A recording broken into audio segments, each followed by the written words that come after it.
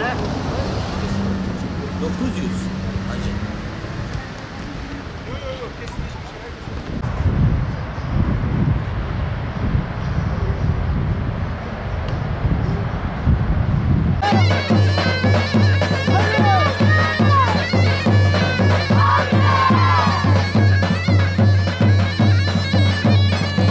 Sayın Cumhurbaşkanım, Kafkasları, Karadeniz'i ve İran'ı, Güneydoğu Anadolu, Mezopotamya ve Orta Doğu'ya bağlayan doğal geçit konumundaki Bitlis'in ulaşımdaki önemini hayata geçirdiğimiz ulaşım yatırımları ile daha da artırıyoruz.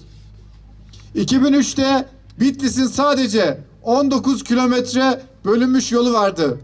15 kattan fazla artırarak 305 kilometreye ulaştırdık.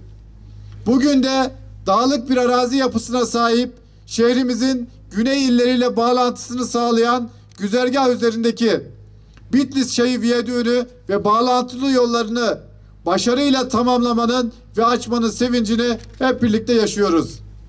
Bugün Bitlis'e bir ilki kazandırmanın da haklı gururunu bütün Bitlislilerle beraber yaşıyoruz. Tamamı yerli ve milli mühendislik çözümlerimiz ve mühendislerimizin tasarımıyla inşa edilen Bitlis Çayı Viyadüğü kendi alanında dünya üzerinde yapımı tamamlanan ilk köprü olmuştur. %4 eğimle 15.600 ton çelik kullanılarak tek parça inşa edilen Bitlis Çayı Viyadüğü'nde tam 1000 kilometre kaynak yapılmıştır. Viyadükte kullanılan çelik miktarı Eyfel Kulesi'nin inşasında kullanılan çeliğin tam 2 katıdır.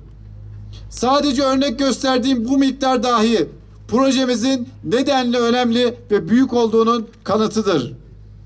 Doğu ve Güneydoğu Anadolu bölgelerimiz arasında önemli bir geçiş noktası olan Bitlis Çayı Viyadüğü, Gürbulak, Kapıköy, Esendere, Habur gibi önemli sınır noktalarına erişimi sağlayan uluslararası lojistik koridorunun da ulaşım standartını son derece artırmış olduk.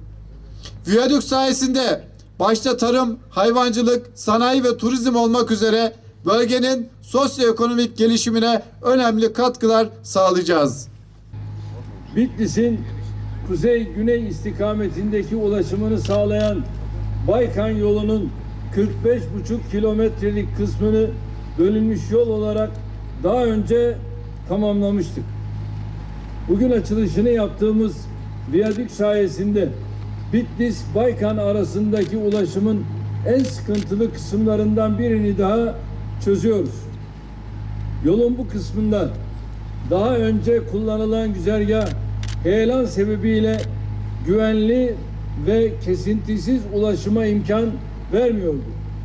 İnşallah son 4,5 kilometrelik kısmını da önümüzdeki yıl bitirerek toplamda 50 kilometrelik bu projeyi bölgenin ekonomik gelişimine ciddi bir katkı sağlayacak şekilde bütünüyle hizmete sunacağız.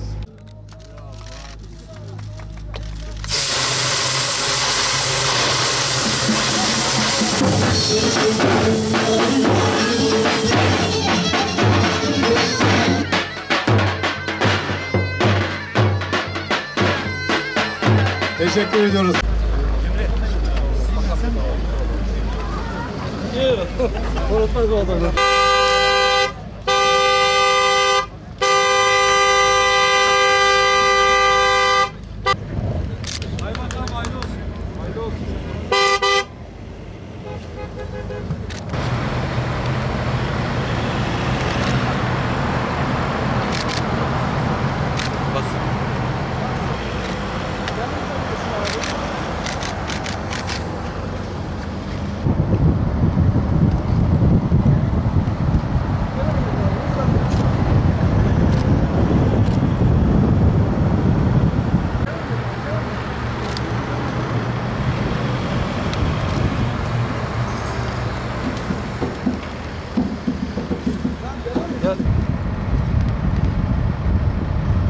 Gözünü seveyim, candan önemli değil abi.